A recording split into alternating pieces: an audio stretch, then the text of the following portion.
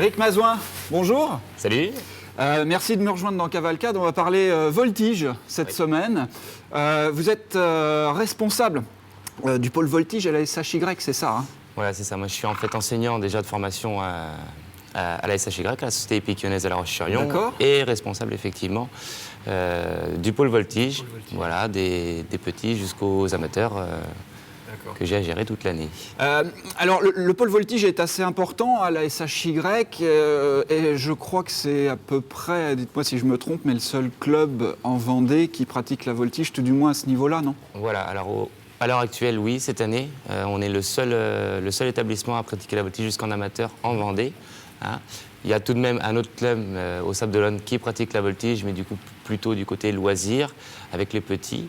Voilà, nous, on pratique vraiment ça en compétition tous les ans et depuis très longtemps. D'accord. Alors, pour justement parler de voltige, commençons par le commencement. Vous avez des élèves à partir de quel âge pour faire cette discipline-là? Alors, aujourd'hui, j'ai des élèves qui commencent à voltiger à partir de 4 ans. Voilà. Ah oui, c'est vraiment jeune. Tout petit, voilà, parce que c'est une bonne méthode pour leur apprendre à monter à cheval sans prendre de risques, puisque c'est le longeur qui tient le cheval en permanence. Ouais. Voilà, et de découvrir le cheval un petit peu d'une autre façon, avec 2 grosses poignées, hein, comme ça se pratique. D'accord, voilà. avec un gros surfait. Quoi. Voilà, un gros surfait, un gros tapis, une préparation en salle pour apprendre à tomber, parce que ça fait aussi partie du jeu. D'accord. Et souvent, cette discipline sert aussi de tremplin pour aller après à cheval, en selle, en équitation traditionnelle. Donc on commence tout petit et après on choisit entre la voltige et l'équitation. Alors il faut avoir des aptitudes physiques, j'imagine, un minimum, genre souplesse, genre quoi? Ouais, genre souplesse, c'est sûr. La souplesse fait partie du jeu. Bien sûr, il y a l'aspect physique. Hein. Donc les voltigeurs pratiquent la musculation très régulièrement. S'entraînent aussi très régulièrement dans la semaine, à cheval et en salle, comme je viens de le dire précédemment. Voilà, les qualités physiques sont les mêmes que pour un gymnaste et un danseur, je dirais. D'accord. La gym et la danse, puisqu'il faut aussi être gracieux sur son cheval hein, pour les programmes libres. Voilà, il faut réussir à intégrer toutes ces notions et à se déplacer pardon, voilà, avec aisance sur le cheval. Alors, je reviens un petit peu à ça. Il y a quelques instants, vous me disiez que c'était pas dangereux. C'est pas vraiment l'idée qu'on s'en fait, parce que quand on voit les figures, on va voir un reportage tout à l'heure avec quelques figures en l'air, en équilibre, sur le cheval, etc. Moi, je me dis c'est un peu plus dangereux que de monter normalement, quoi. Alors bon, c'est évidemment comme dans tout sport, on prend des risques. Ça, il n'y a pas de souci. Après, tout dépend de la pratique qu'on en fait. Voilà. Plus effectivement on va monter en niveau, se rapprocher de l'amateur élite et de ce qui se fait de mieux, plus la prise de risque va être importante, donc le risque de chute aussi. D'accord. Voilà. Après, à petit niveau, tout est fait, tout est mis en place, voilà, pour le loisir, pour les petits, pour limiter ces risques de chute. Voilà. Et comme on a cet appareil qui est le surfait, qui est un appareil où on peut vraiment se cramponner très fort. Le surfait, c'est là où il y a deux grosses poignées. Il y a 2 grosses poignées qui sont sur le cheval. Les chutes pour les petits sont vraiment très rares et souvent sans risque pour la santé. Ils apprennent à tomber, ce que vous me disiez tout à l'heure. Parce qu'on leur apprend à sauter du cheval. Sauter, pas à tomber. Il faut faire la différence. Ouais. En fait, on ne tombe pas en voltige, on saute. Voilà, souvent, quand il y a des accidents, ça peut arriver, comme dans tout sport. C'est une erreur de la part du voltigeur qui fait une erreur, en fait, soit de prise de poignet sur un debout, sur un élan. Voilà. Mais c'est rarement parce qu'il a sauté à côté et qu'il se fait mal. Voilà. Ou sur une sortie, c'est rarement ce cas. Ok. On va revenir à ça dans quelques instants. Je vous proposais de regarder un sujet. On a été voir une fille, elle s'appelle Estelle Chauvet. Elle est au pôle France Espoir à Saumur. C'est une Vendéenne pure souche. Pratique la voltige en espoir. Elle a de gros espoirs sur sa discipline. On a été la voir et on regarde le sujet. On en revient dans un petit instant.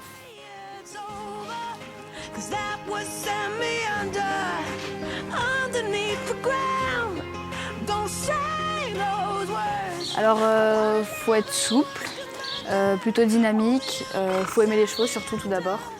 Aimer la gym aussi, car c'est un peu un mix des deux en fait, la danse aussi. Et puis, faut vraiment aimer s'exprimer sur le cheval et l'essentiel en fait, c'est d'aimer les chevaux. Vraiment.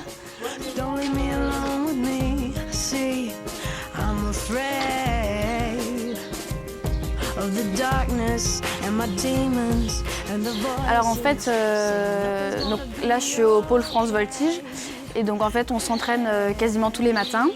On fait de la gymnastique, de la musculation et de temps en temps de la danse. Donc là on a un préparateur physique qui fait ça et après l'après-midi on s'entraîne sur les chevaux. En une journée ça va représenter à peu près 6 heures à peu près d'entraînement. Donc ouais 6 heures, ouais, c'est ça. En comptant la gymnastique et la voltige.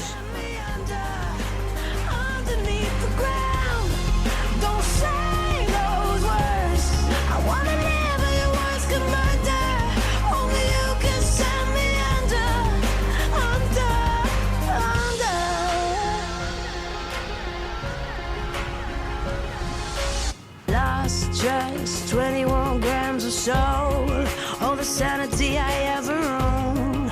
Faut longtemps pour former un bon cheval de voltige? Ça dépend suivant leurs caractères et leurs aptitudes, mais ça peut aller de 1 an et demi à 2-3 ans. Après, ils peuvent toujours faire des petites folies de temps en temps, mais bon, voilà. Faut quand même un peu de temps, ouais. Faut faire du temps quand même. Ça redémarre à l'heure? La taille est importante pour moi, je pense. Après, ça dépend. Il y en a qui aiment bien les chevaux plus petits, etc.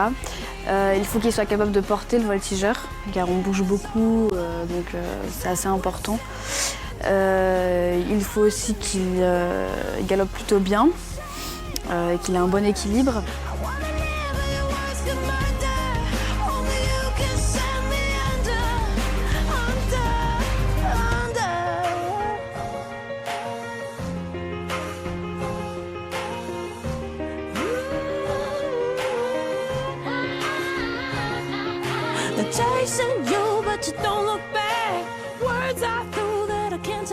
Faut pas lâcher, parce qu'au début c'est pas évident de se mettre avec les chevaux, tout ça.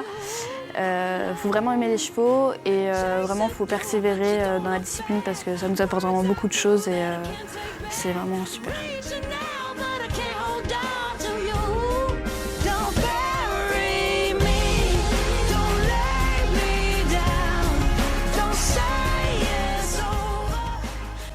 Alors Éric Mazouin vient de voir Estelle, hein, on a passé une après-midi avec elle.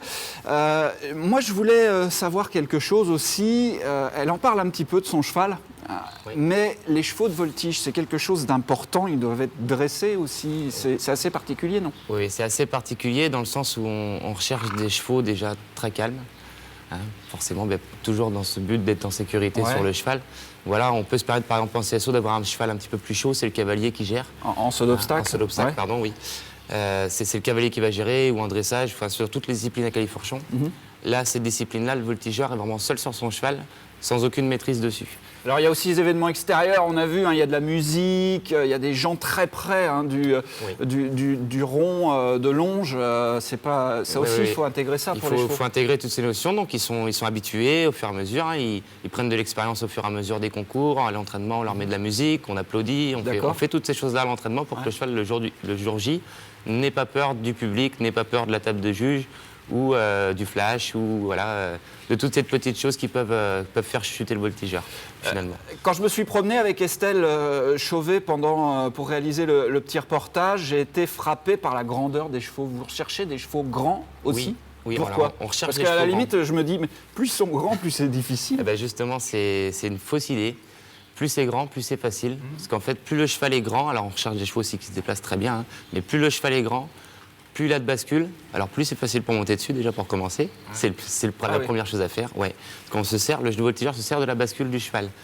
Donc c'est beaucoup plus facile pour lui et puis forcément plus il est grand, plus il a de place dessus pour pouvoir s'exprimer. On arrive à avoir des chevaux grands et souples en même temps? Oui, on recherche de plus en plus des chevaux de qualité justement en allant taper dans le self français ou en de grande taille. Et dans des chevaux un petit peu étrangers maintenant. Le français qui est une race donc, de chevaux, hein, c'est ça? Oui, le sel français qui est une race de chevaux. Et quelques chevaux étrangers aussi parce que... et quelques chevaux étrangers parce qu'ils apportent aussi de la taille. D'accord. Hein, et cet équilibre qu'on recherche en voltige puisque voilà, on leur demande de galoper très doucement. Donc il faut des qualités physiques aussi importantes pour le cheval. D'accord. Avant de terminer cette émission, il serait bien qu'on revienne sur la règle du jeu, tout simplement. Il y a il y a des programmes libres ou avec des choses. Est-ce que c'est toujours en musique? Est-ce qu'il y a des choses imposées? Comment ça se passe rapidement? C'est toujours en musique. Toujours en musique? Toujours. C'est le voltigeur qui choisit sa musique. Ça, c'est libre d'expression. D'accord. Et on a toujours un programme imposé. On commence par ça. Chaque concours commence par un programme imposé. Tout le monde est noté sur les mêmes figures. Voilà, pour commencer à départager les voltigeurs. Il y a quoi? Il y a un protocole? Ils savent? Il y a un protocole, il y a un règlement. Alors, suivant les catégories, on aménage ces imposés. Les figures ne sont pas tout à fait les mêmes pour les petits que pour les amateurs élites. Voilà. En général, c'est 7 figures imposées, dont la montée. Voilà. 7 figures? 7 figures imposées, y compris la montée qui est notée. Voilà. Le voltigeur est noté à partir du moment où il touche les poignets et jusqu'à temps qu'il ait les 2 pieds au sol. D'accord. Voilà. Et ensuite, en deuxième manche, on a toujours le programme libre. Donc là, c'est vraiment des figures, on fait tout ce qu'on veut. Tout et n'importe quoi, à condition de ne pas faire mal au cheval, bien sûr. Voilà, mais on peut s'exprimer sur l'encolure, sur la coupe, sur le côté, debout, tout. Ah, d'accord. Et là, du coup, comment les juges apprécient ces figures libres-là? Il y a un code de pointage qui est mis en place, voilà. Code de pointage. Un code de pointage, c'est ce qui permet de répertorier les figures, puisque après, c'est des variantes que les voltigeurs apportent aux figures, mais elles reviennent toujours, c'est à peu près toujours les mêmes figures qui reviennent avec la variante que va apporter le voltigeur ou la nouvelle figure, voilà. Et elles sont en fait en catégorie M, S, etc. C'est supérieur, moyenne et inférieure. Il y a combien de juges autour de la piste? Parce qu'à la SHY, on a vu, il y avait plusieurs juges. Suivant les concours, on va de 3 à 6 juges. Voilà. Certains juges sont prévus pour la note du cheval et certains juges sont prévus pour la note du voltigeur. D'accord. Voilà. Ok. Le côté spectacle, le côté tenue, parce qu'on a vu différentes tenues aussi des voltigeurs. Voilà, ce côté tenue, en fait, c'est déjà pour identifier le voltigeur, puisque c'est son programme, c'est son thème, parce que là, en général, la musique est en rapport avec la tenue. On frôle le côté artiste, là, un petit peu. Exactement. Et c'est ce qu'on recherche à développer depuis quelques années, pour pouvoir justement vendre un petit peu plus cette discipline, que ça devienne agréable à regarder. Et ça change un petit peu. On n'est plus ces académiques sobres comme ça se faisait il y a 10-15 ans. Voilà, on recherche vraiment à vendre cette discipline pour que les gens y viennent, parce que c'est vraiment une discipline sympa. D'accord. Très rapidement, j'ai vu qu'il y en avait qui pratiquaient ça en équipe. Ça se dit, non? Ou à 2 C'est ça, c'est en équipe. Alors il y a le pas de 2 à 2 et en équipe de 6. Voilà, et là, les voltigeurs peuvent monter jusqu'à 3 sur le cheval. 3 en même temps voilà. sur Donc le cheval. on peut monter jusqu'à quasiment 5 mètres de haut. Ah oui, d'accord. Puisqu'il y a les porteurs, les personnes un petit peu plus grandes, un petit peu plus costauds, qui portent les tout petits, qui montent quasiment jusqu'à 5 mètres. Bon. Éric, merci beaucoup d'être venu nous voir dans Cavalcade. Mais c'est moi qui vous remercie. Bonne journée, à bientôt. Merci.